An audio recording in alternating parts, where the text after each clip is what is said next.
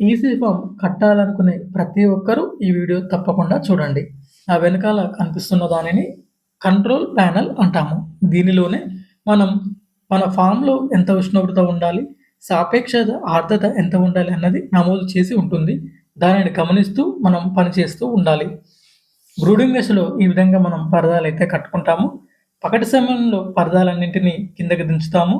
రాత్రి అవ్వగానే మళ్ళీ పరదాలనైతే పైకి లేపుతూ ఉంటాము. పరదాలు లేపిన తర్వాత చనిపోయిన కోళ్ళు ఏమైనా ఉన్నాయేమో చూసి వాటన్నింటిని కూడా బయట పెడతాము. ఆ తర్వాత ఫీడర్లు కోడి పిల్లలకి అందుతున్నాయా, ఫీడర్ల ఎత్తు ఎక్కువ ఉందా అన్నది విషయాన్ని గమనించి ఎత్తు ఎక్కువగా ఉంటే తగ్గించడము, కూర్చొని కోడి పిల్లలు దానా తింటే కొద్దిగా ఎత్తు పెంచడం చేస్తూ ఉంటాము. నిప్పలు కూడా కోడి పిల్లలు సరిగా అందుతున్నాయా, కూర్చొని తాగుతున్నాయా లాంటి విషయాలను గమనించి సరి చేసుకోవాలి. లోపల ఈ పనులన్నీ అయిపోయిన తర్వాత మనం దానా అయితే పోయాల్సి ఉంటుంది.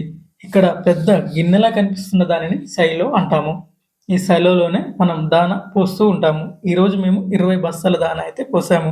ఇక్కడ పోసిన దానా కింద నుండి ఒక ప్రత్యేక మార్గం ద్వారా హోపర్లలోనికి చేరుతుంది.